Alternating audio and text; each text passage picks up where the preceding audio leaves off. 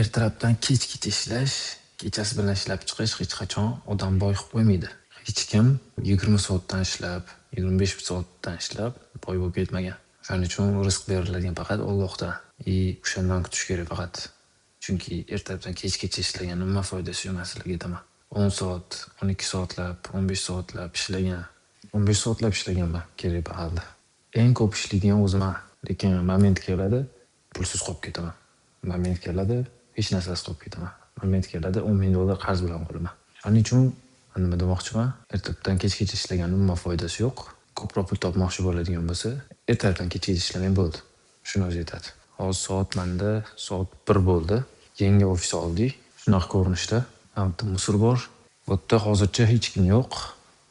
Lekin Xudo xolasa, men o'zimga yarasha komandaga odamlar yig'ib, bolalarni yig'ib, полноценный bolalarni yig'moqchiman. Bolalarning rizq topishiga, uyiga nom kirishiga yordam bermoqchiman. Mani komandamda ishlaganlar yaxshi pul topadi, yaxshi ish qilib beradi.